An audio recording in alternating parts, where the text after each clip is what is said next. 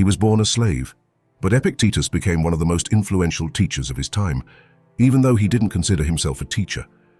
He was a Stoic philosopher, someone in search of a very specific kind of knowledge that could help him face and overcome life's inevitable difficulties.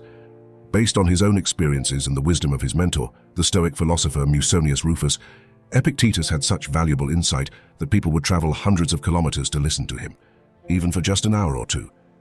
Even the poor, the rich, the powerful, and the future Emperor Hadrian vied for the chance to sit at Epictetus's feet.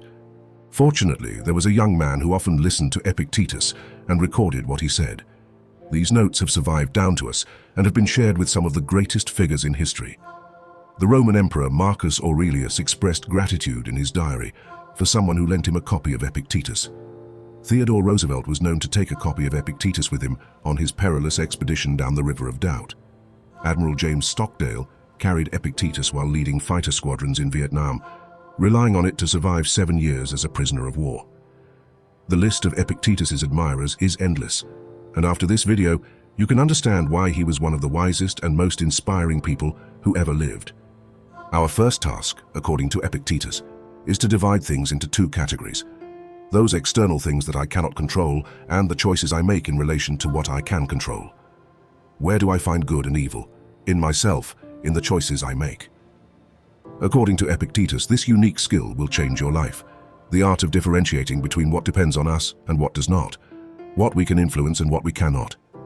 If a flight is delayed due to the weather, no amount of protesting to the airline representative will change the storm. No amount of wishing will make you taller, shorter, or born in a different country. No matter how hard you try, you can't make someone like you. What's more, time spent fighting against these unchangeable things is time that isn't dedicated to the things we can change. Epictetus says that all we can control are the choices we make in the moment, and the same applies to you. Focus on making it clear which parts of your day are under your control and which are not. Not only will this bring you more happiness, but it will also give you an advantage over people who don't realize they're wasting time. It's not events that upset people, said Epictetus. It's their judgment about things. Albert Ellis, an important figure in modern psychology, said that it was this phrase that guided the development of cognitive behavioral therapy. Epictetus said that this is the most important power we have. Something happens, but we decide whether it's unfair, bad, or a failure. Someone says something, but we decide whether it's offensive, presumptuous, or rude. If someone manages to provoke you, Epictetus advises realizing that your mind is complicit in the provocation. Events are objective. The opinion that they are questionable is just that, your opinion, and you will always have the power to change it. Get rid of presumption, recommends Epictetus. It's impossible to learn what you think you already know. Epictetus kept his eyes and ears open, always actively looking for opportunities to learn from everyone and everything. This is the attitude we should have towards ourselves every day, whether we are one of the best at what we do or are just starting out. It doesn't matter. Every person we meet, every situation we find ourselves in, every book we read or movie we watch, there is an opportunity to learn, to keep improving, to take another step forward on the road to progress. And that was one of Epictetus's favorite questions. How have you progressed? More than anything else, we answer this question by focusing on what we don't know, the points where we can improve, the points where we can get better, rather than patting ourselves on the back for being excellent. The true man reveals himself in difficult times, said Epictetus. So when you face problems, see yourself as a fighter paired with a tough young man. To what end? To turn you into Olympic-class material. We can look at difficulties in various ways, as failure, injustice, or the end of the conversation. Of course it wasn't supposed to be like this, we say. They don't want me to succeed. What's the point of trying? Or we can choose. We can train ourselves to see things in a better way, as grist for the mill, a chance to learn about resistance, patience, resilience, and struggle. Like a chance to prove our mettle, an endurance that strengthens our muscles. A sparring partner. Epictetus preferred the second option and became, in his time and ours, the ultimate symbol of the human capacity to overcome bleak circumstances.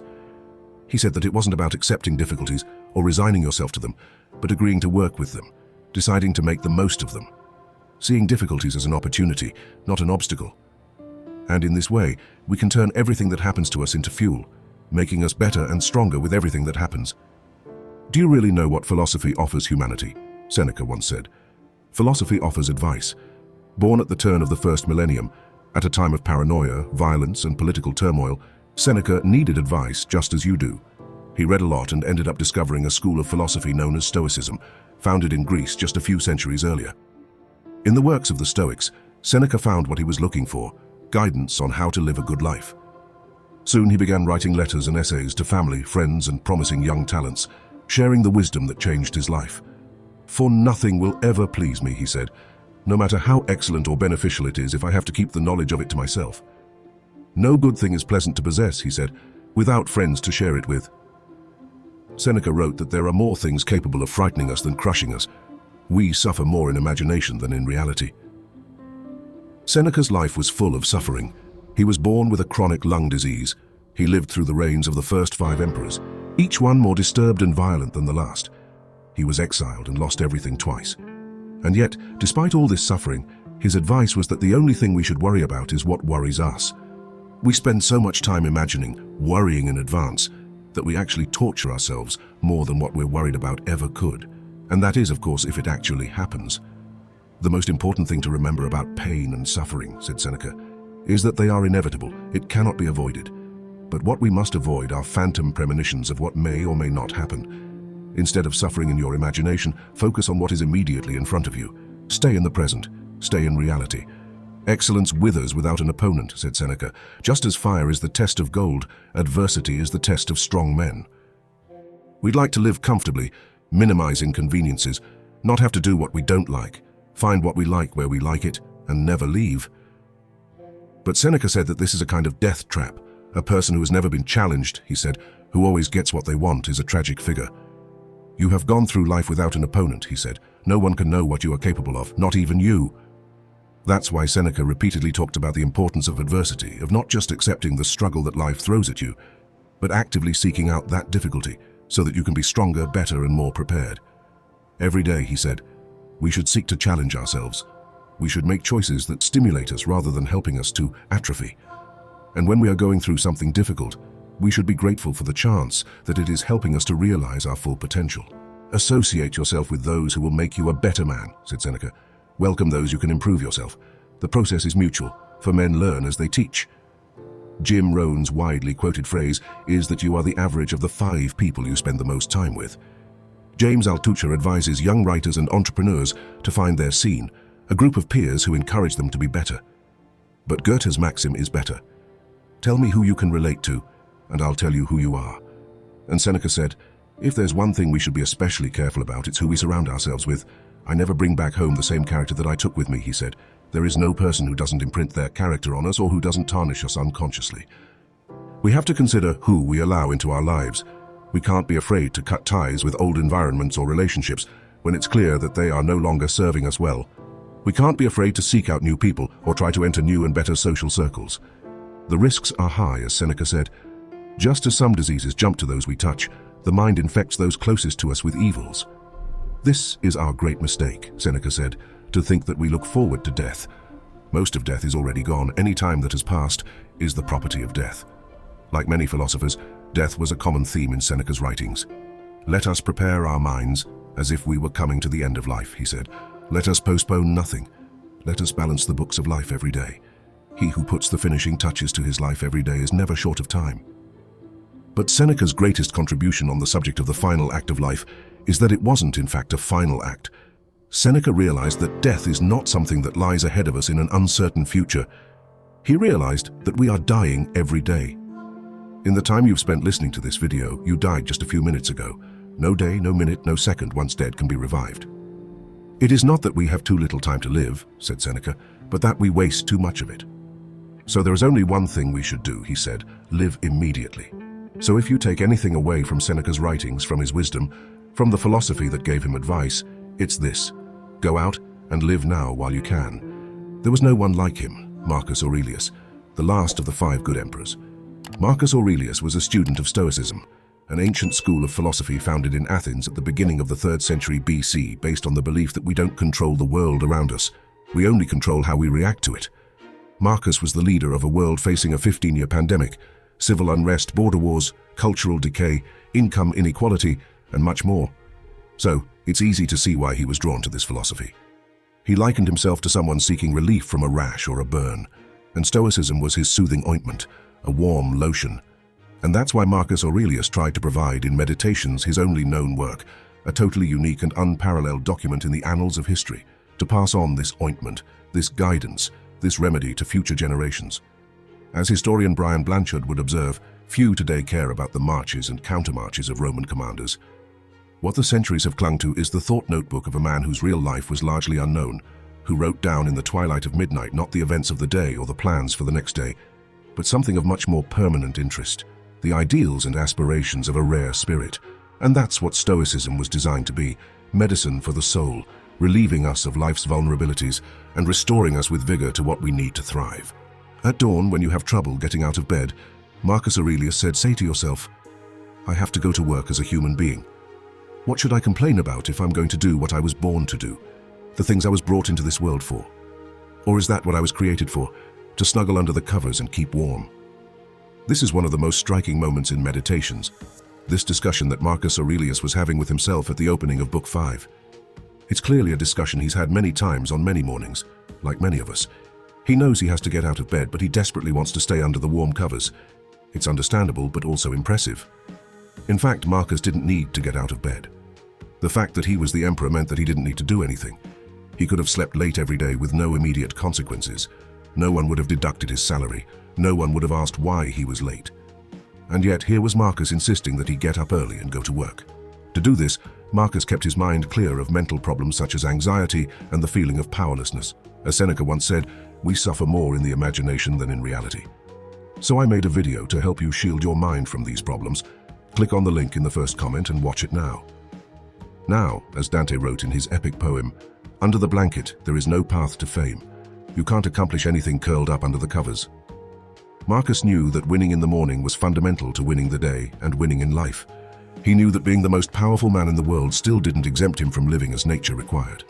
He knew that his status meant nothing and that his obligations to him were waiting for him to wake up. He knew that sleeping late would only mean that he had a lot to do and that he had passed control and was now in reactionary mode. So it's simple. If you want to be productive, get more done and be great, you need to wake up early.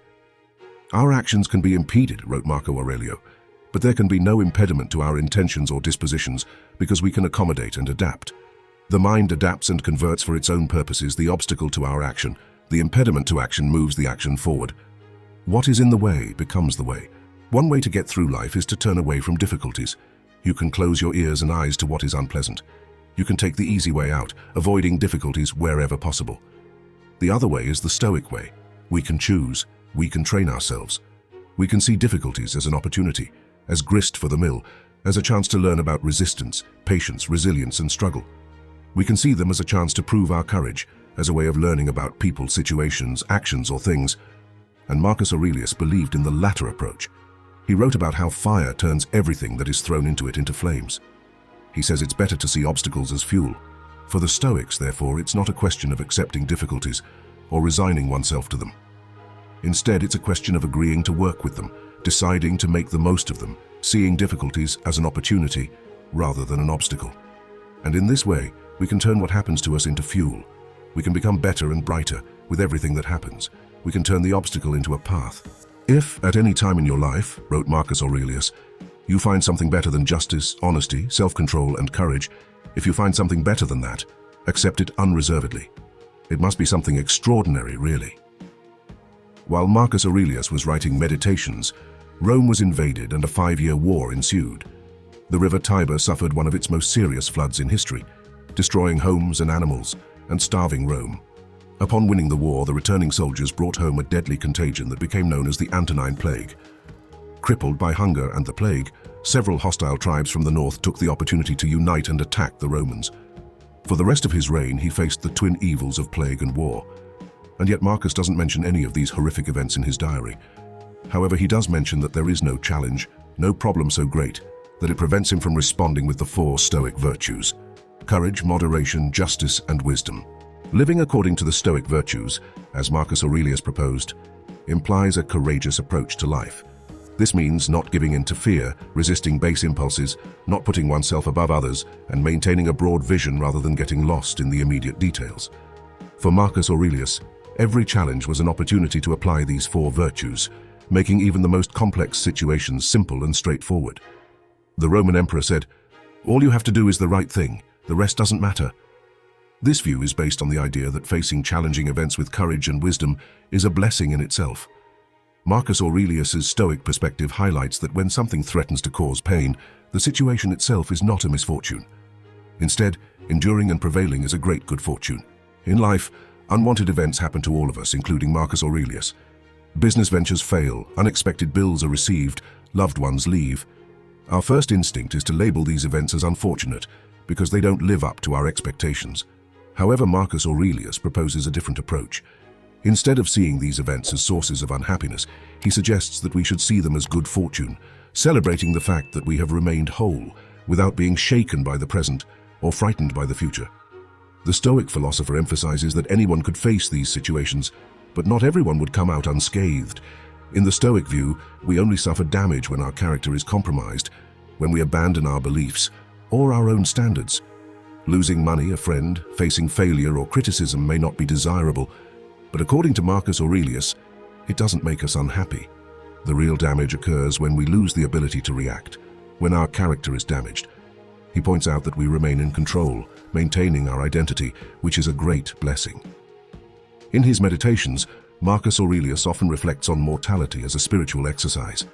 His keen awareness of the finitude of life may have been influenced by his own health problems, the early loss of his father, the tragedy of losing 8 children, or the experience of the Antonine Plague.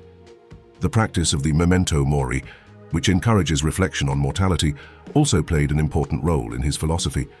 Socrates, who stated that the proper practice of philosophy is essentially learning to die and be dead, left a lasting mark on Marcus Aurelius's Stoic approach. Most people don't like the idea of Marcus Aurelius's memento mori because they think it's scary or sad. Most people prefer not to think about death. It's uncomfortable and scary. Why would anyone want to think about something they don't want to happen? However, the main point is not to make you anxious about the few days that remain. On the contrary, it's liberating and inspiring. It's the key to happiness that leads to empowerment, gratitude, charity, and a positive attitude. Every moment of every day, the memento mori reminds us to live in the present moment. Marcus Aurelius used to ask, who on earth would think about their own mortality, realizing that they only have a few minutes left, and say, yes, I should spend more time upset, afraid, or depressed. Our mortality is not something sad, it gives us energy. It reduces the importance of useless, stupid, and divisive issues on which we often waste energy because, in the face of death, there is very little point in getting angry, stressed, or overwhelmed. So always remember, just as Marcus did, you could leave life right now. Let that determine what you do, say, and think. And with that, Seneca showed how to make these decisions. Click on the video on the screen and watch it now.